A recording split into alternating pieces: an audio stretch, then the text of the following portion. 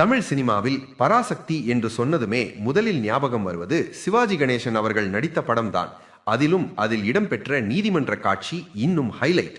தற்போது அதே பெயரில் சுதா கொங்கரா இயக்கத்தில் சிவகார்த்திகேயன், ஜெயம் ரவி, அதர்வா என பலர் நடிக்க புதிய படம் தயாராகியுள்ளது.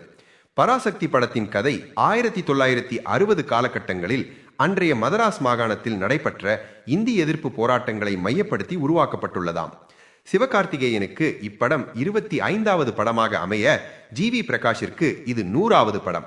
இப்படத்தை தயாரித்துள்ள டான் பிக்சர்ஸ் அதிகப்படியான பணத்தை செலவு செய்து உருவாக்கியுள்ளார்களாம். படத்தின் ப்ரொமோஷன் நிகழ்ச்சியின் ஒன்றாக கண்காட்சி ஒன்று ஏற்பாடு செய்யப்பட்டு மாசாக நடந்தது.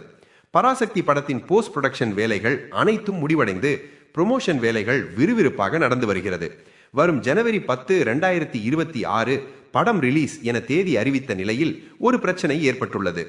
பராசக்தி படத்தின் அதிக காட்சிகளை நீக்க தணிக்கை குழு வலியுறுத்தியதால் ரிவைசிங் கமிட்டிக்கு படத்தை படக்குழு அனுப்பியுள்ளார்களாம்.